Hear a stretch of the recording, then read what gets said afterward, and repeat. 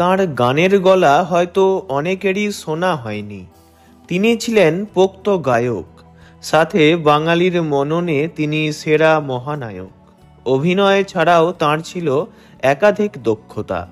পরিচালক, সুরকার, প্রযোজক রূপেও তাকে দেখা গিয়েছে। গান লিখতেও পারতেন মহানায়ক। বহু অনুষ্ঠানে ও মঞ্চে গানও গাইতেন তিনি।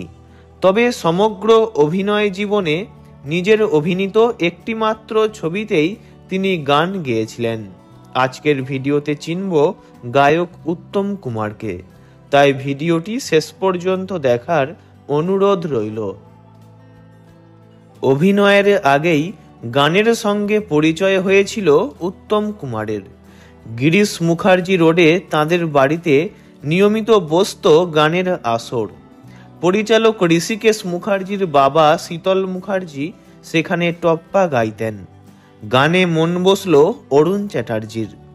এরপর পোর্ট কমিশনার্সের চাকরির পাশাপাশি তিনি তালিম নেন প্রখ্যাত উচ্চাঙ্গ সঙ্গীত শিল্পী নিদান বন্ধু বন্দ্যোপাধ্যায়ের কাছে।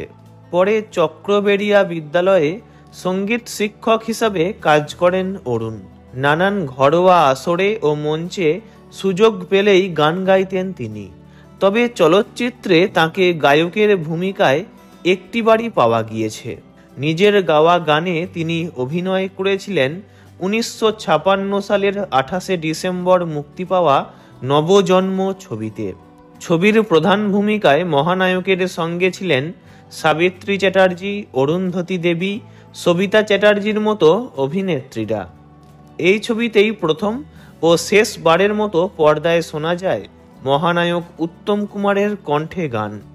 আর এই ছবিতেই মহানায়কের লিপে বেশ কিছু গানের নেপথ্য কণ্ঠে ছিলেন সঙ্গীত শিল্পী ধনঞ্জয় ভট্টাচার্য। রাঙা ময়ূর নাচে, তোমার কারণে সব সুখ ছাড়িনু, আমি আঙুল কাটিয়া ইত্যাদি সকল গানগুলি তিনিই গেয়েছিলেন।